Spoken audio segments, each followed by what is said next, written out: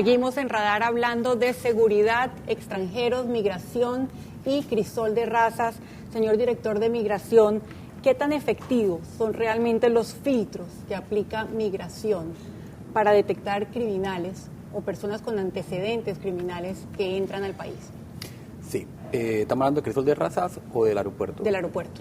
Bueno, nosotros en el aeropuerto tenemos una especie de tarea conjunta con la policía, DIJ, Consejo de Seguridad, incluso tenemos convenio con países amigos como Estados Unidos, en donde nosotros podemos detectar a través de un sistema avanzado de información de pasajeros, que se llama APIS, qué personas están llegando al país con antelación.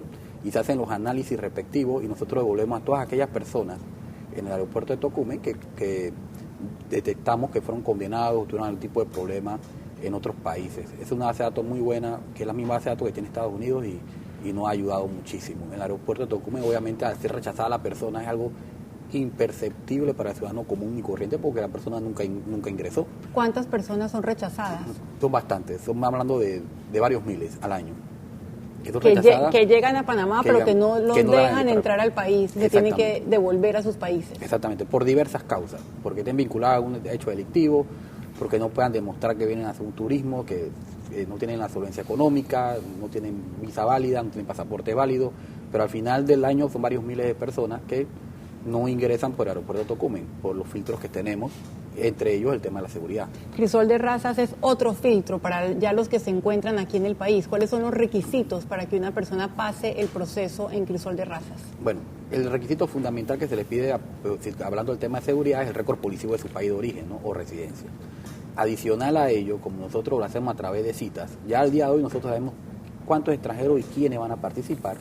Nosotros se lo mandamos a las policías de los países donde ellos son originarios para que no hagan un filtro a nivel de inteligencia para ver si estas personas están siendo requeridas, están siendo buscadas, han tenido algún problema y nosotros vamos poniendo en las citas de ellos las observaciones que se vayan dando en el camino. Una vez se dé el crisol de raza, que todos van, porque a todos se le dan cita, se le toman las huellas dactilares, incluso a aquellos que ya sabemos que no van a participar del crisol de raza, le tomamos las huellas para alimentar el sistema biométrico nacional y queden registrados ahí por temas de seguridad. Y se hace otro filtro con el Instituto de Medicina Legal y Ciencia Forense, en donde nos dice si la persona fue reseñada o filiada por haber sido investigado por algún hecho delictivo en Panamá. Y ya con eso basta para no proceder con el trámite, ¿no? También se le verifica en la base de datos si algunas tuvieron un impedimento de salida o tuvieron un impedimento de entrada, si fueron deportados anteriormente. Es decir, se hace una depuración total. Nosotros hemos haciendo el ejercicio de cuántas personas se han rechazado en el crisol de razas que no se han logrado legalizarse. Estamos hablando de más de 29.100 personas que no se han legalizado al final del camino. Es decir, es un mito eso de que el que va se legaliza, porque 29.000 personas no lo lograron. Y nosotros tenemos los números pues que lo pueden dar fe del mismo. Y dependiendo del motivo por el cual fueron rechazados, se les expulsa, se les deporta o se ve la situación de ellos, ¿no? O sea, no es tan sencillo como la gente pudiese pensar en un momento dado, que la gente va, hace su cita, llega, me voy con carne en la mano. Pero como dijo el ministro, sí, el hecho de que se hayan hecho 15 ferias de crisol de raza sí ha sido una motivación para que lleguen bastantes extranjeros al país, o por lo menos ustedes deben tener alguna medición para haber tomado la decisión de que este sea el último crisol de razas, ¿no? Que ya han sido suficientes las personas beneficiadas con este proceso. Señor Quevedo, hemos escuchado que hay razones económicas detrás de la necesidad de mano de obra extranjera.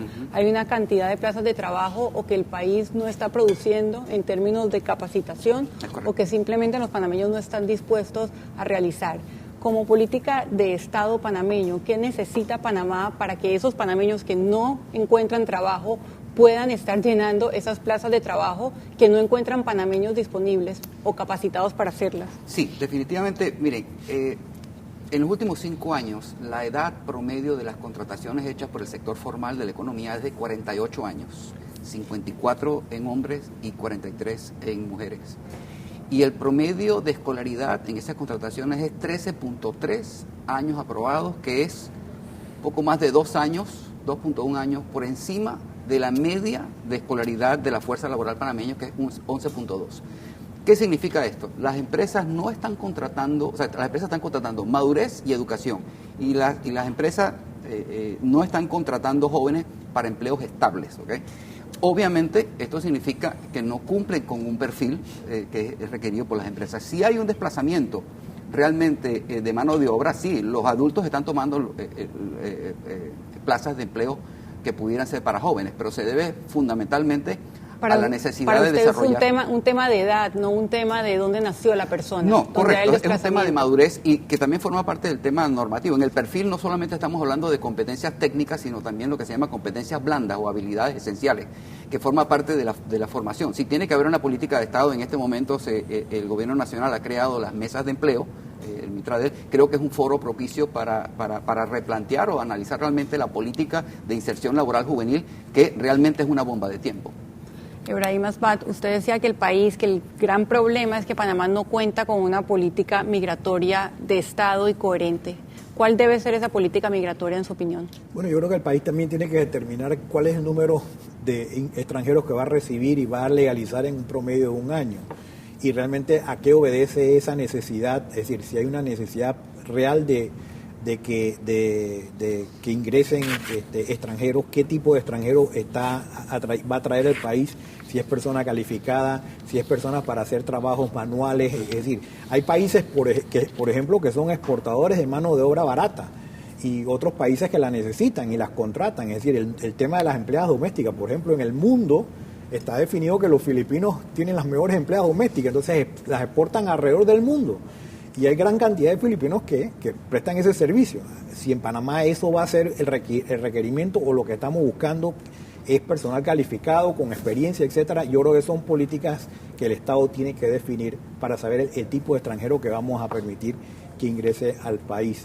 No va a ser todo tipo. Yo creo que hay una gran necesidad aquí no necesitamos gente nueva que entre por primera vez a buscar un empleo porque tenemos suficiente, pero hay que ver por qué las empresas no contratan personal nuevo, qué es lo que está faltando. Hay un gran canibalismo, por ejemplo, en las empresas de personal formado y con experiencia, que la gente va saltando de empresa en empresa porque cada quien le está ofreciendo un salario mayor y entonces esta misma persona que trabaja un año aquí, después otro año se va para otra empresa y después va para otra empresa porque hay una gran demanda. Pero lo que no hay es demanda de gente nueva que sea capacitada dentro de otra empresa y sea formada. Muchas empresas quizás pensarán, yo agarro a este individuo, lo formo y en 2 años que he invertido este dinero, otra empresa me lo va a quitar.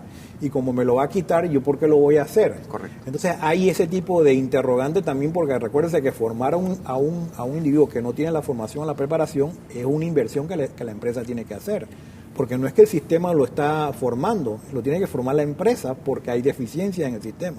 Entonces ese es otro aspecto que quizás requiere una mayor atención para permitir, pues, o flexibilizar o permitir que los jóvenes puedan encontrar una plaza de trabajo en la empresa, porque ahí es donde está realmente el problema serio del país, ¿no? A nivel de gente joven que quiere ingresar en el mercado laboral y no consigue plaza porque quieren gente con experiencia o quieren gente ya formada y estos jóvenes no están formados. Veamos más comentarios que nos han llegado a la cuenta de Twitter de TVN Noticias sobre la relación o la supuesta relación que hay entre extranjeros y delincuencia. Tenemos a Uselt Daguer. El problema es que le dieron residencia a personas en campañas políticas masivas. Tenemos también a Carmen Vázquez. Es posible que sí, no todos llegan al país con intenciones de superación o cambios positivos. Estamos preguntando si hay una relación entre los extranjeros que legalizan su estatus y la delincuencia. Ángel Luis Álvarez, no creo que exista una relación causal. El delincuente no se legaliza, pero Crisol de Razas ha caído en abuso y descontrol, que creo que es un poco lo que hemos comentado. Los delincuentes no se legalizan, pero ya fueron suficientes ferias de control de Crisol de Razas. Yara Torres, sí, a raíz de la incursión de los extranjeros en Panamá se ha incrementado la delincuencia. Y Aranta, sí, porque son ilegales que deben ser deportados, no más Crisol de Razas y políticas migratorias más cerradas. Estas son las opiniones de los panameños, definitivamente reflejan el clima de opinión pública que ha llevado al gobierno a no hacer más Crisol de Razas y reemplazarlo por otros mecanismos. Usted quédese en el radar, seguimos con este tema.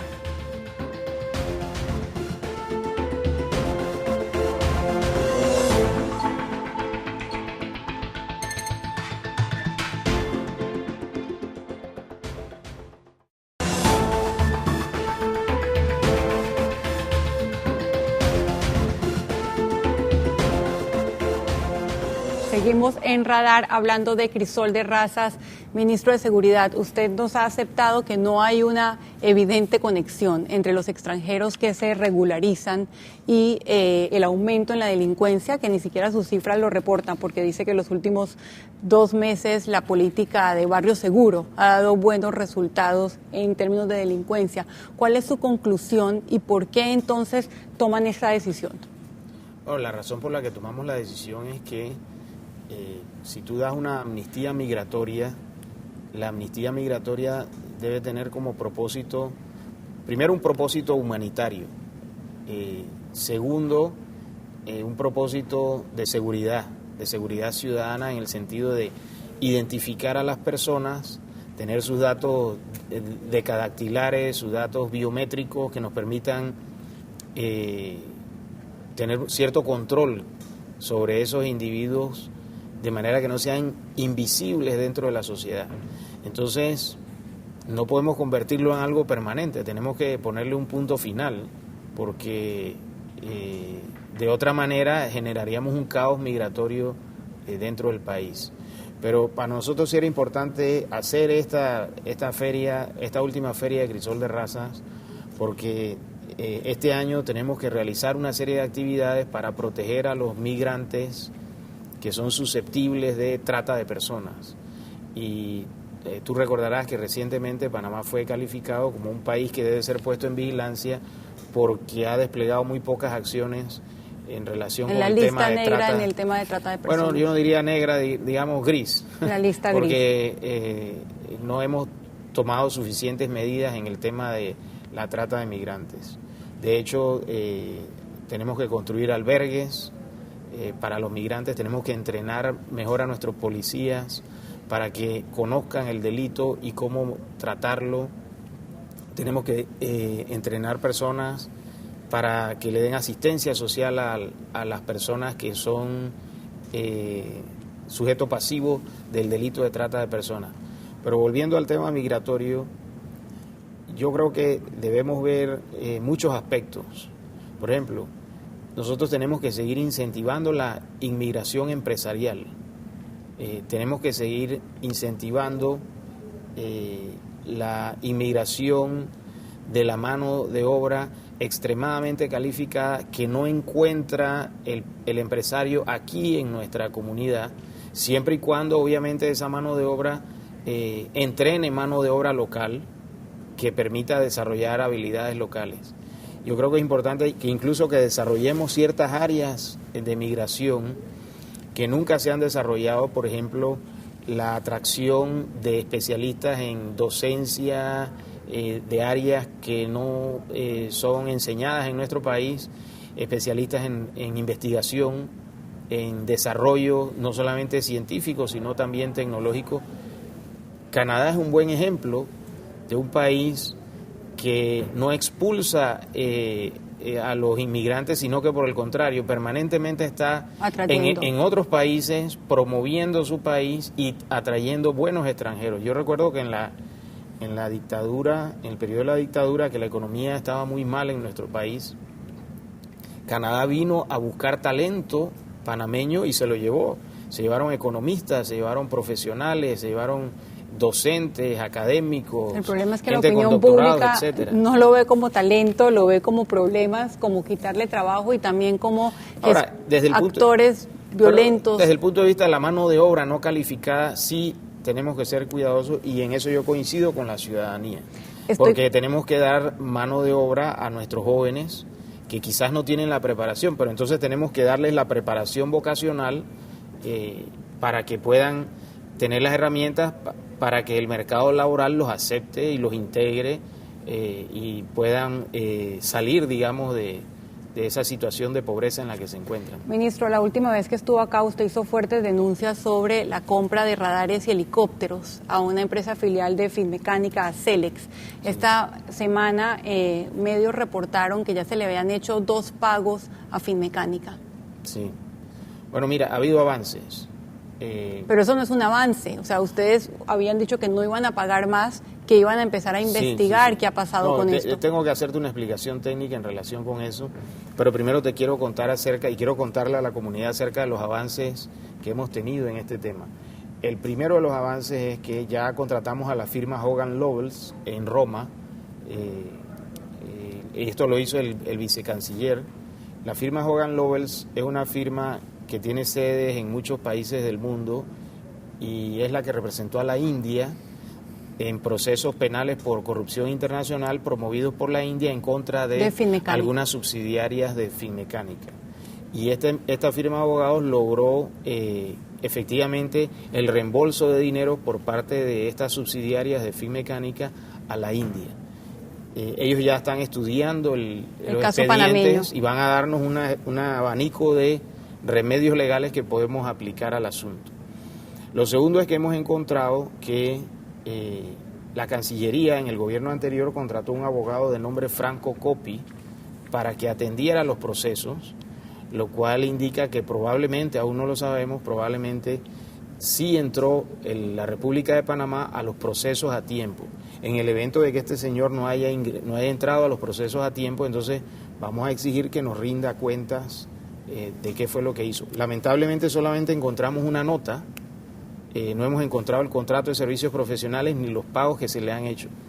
Pero si el señor no hizo las gestiones mínimas que debe hacer un profesional del derecho, pues vamos a exigirle que rinda cuentas y que nos reembolse el dinero que cobró en el evento de que no haya hecho nada, o en el evento de que haya usado esos honorarios para defender los intereses de algún funcionario público en lugar de defender los intereses de la nación panameña. A pesar de estas irregularidades, ¿se hicieron pagos? Bueno, eso es lo que te quería mencionar. Cuando se celebra el contrato con la empresa Celex, la autorización que se le dio al ministro de Seguridad Pública para firmar ese contrato la dio el Consejo de Gabinete.